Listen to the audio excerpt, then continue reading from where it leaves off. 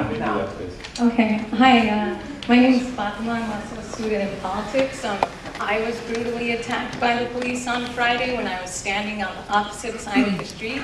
It's a little bit concerning since they chose to mobilize at me. I don't look very threatening, and I was also on the opposite side of the street. So then to be associated with a terrorist is highly disturbing for me. But that's one issue. What I'd like to ask is, in Bob Kerrey's letter, his announce that announce, he also goes on to bring up other student actions that have happened here, including an incident with a newspaper and also an incident with spray painting. I'm wondering, how much of the academic codes this violates when these issues were dealt with privately, these students were disciplined, nowhere in their letters does it associate them with some student group, and why he has the ability to, at any time, take discretionary material and disperse it across the internet. I see that as a gross violation. But I'd also like to address something that Professor Miller said that I find highly disturbing, and that's you say that you have student friends and they talk to you. I find it violent that you think you can speak for the students. We're speaking for ourselves. We're here to speak for ourselves. And unless, those students want to speak for themselves, I don't see who elected you to speak for them. I find that disturbing. Does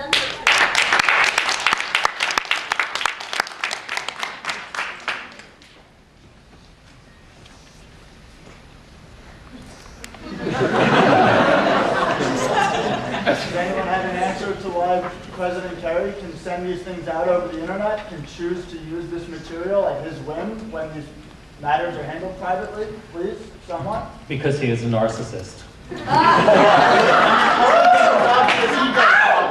doesn't even rule of any kind. He never did even rule of any kind. How did the students get suspended? Hi.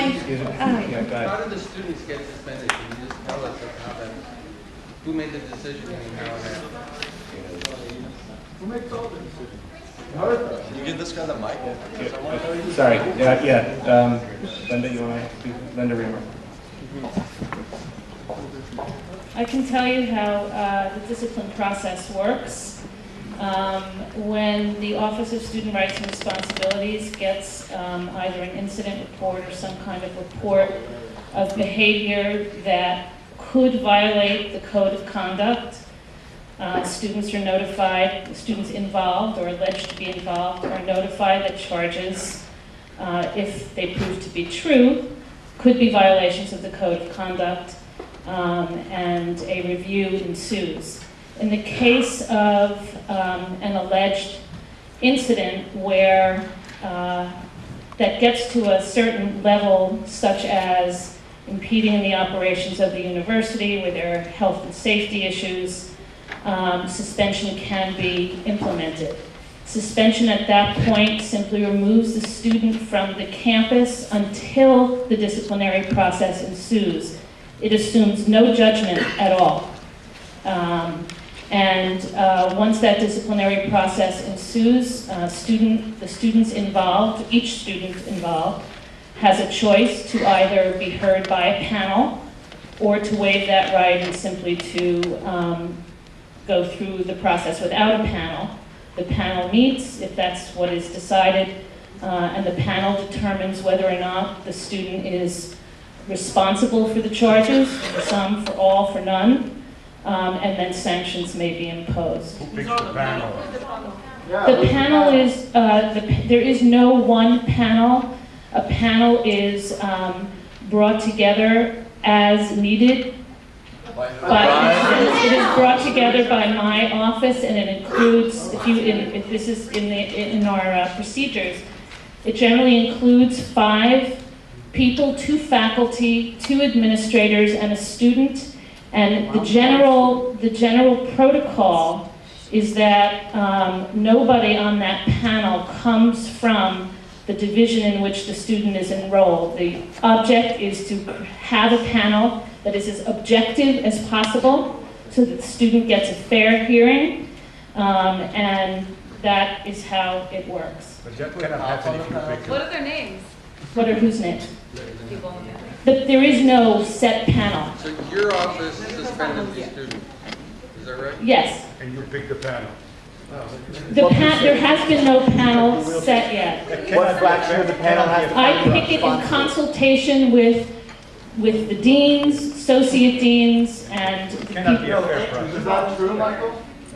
What fraction of the panel has to find a person responsible? They're gonna pick me? One question, can we get one question at a time, please? The panel makes a recommendation. They come to a recommendation for a sanction if they feel is in order, and that recommendation is made to my office. Is it a majority decision? Does it have to be unanimous? I believe it is a majority, which is why we have 5. I have not been here, we've never had, we can't be a split with 5, obviously, so. Any other questions about the process? I have a question. I have a question, which is, Okay. is it you who actually chooses the 5 members? No, the panel is well, let me give an example. There is an associate dean who has worked with us in one of the schools when we've had a panel recently to assist us in selecting faculty for that panel. And yes, my office is involved as well. And I should just say to you that our code of conduct and our discipline process in general is based on an educational model and not what some institutions do, which is a 1 or 3 strikes and you're out model. And it is really designed to educate students who may have violated the code of conduct, that their behavior needs to change. And in the event that students do understand that, accept responsibility, then sanctions reflect that. If students violate the code of conduct over and over again, clearly there is a point in time when the educational model doesn't always work. But that is the approach we take. And I and all of my staff in student services believe very deeply in that.